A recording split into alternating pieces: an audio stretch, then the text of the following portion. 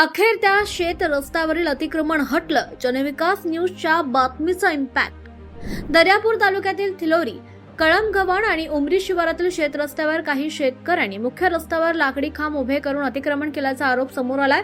त्यामुळे या परिसरातील इतर शेतकऱ्यांना ट्रॅक्टर, शेती अवजारे तसंच मशागतीची वाहनं ने-आण करण्यासाठी मोठ्या अडचणींचा सामना करावा लागत असल्याची तक्रार शेतकऱ्यांनी केली होती.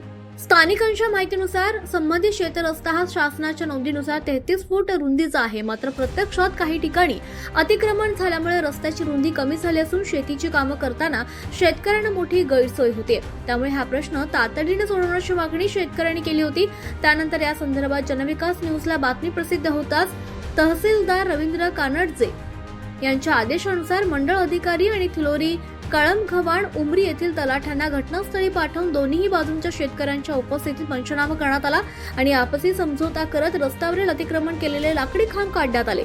जनविकासच्या बातमीच्या इम्पॅक्ट नंतर आता या रस्त्यानं जाण्यासाठी शेतकऱ्यांना मार्ग मोकळा झालाय.